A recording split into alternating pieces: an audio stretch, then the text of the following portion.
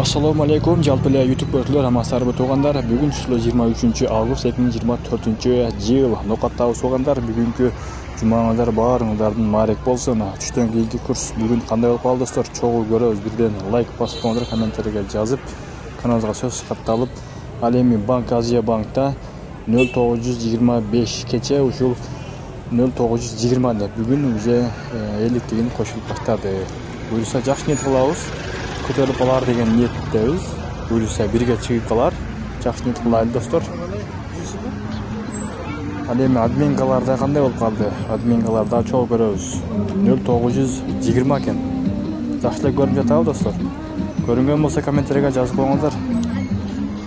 Рубль алга деп жазып коюңуздар. Бұйырса жақсы ниет кылабыз. Ал эми кийинки коммерческий Кыргызстан банкта 0925 екен, доллар 85.25, евро 94.00. Бардық эле банктарда бирдей екен.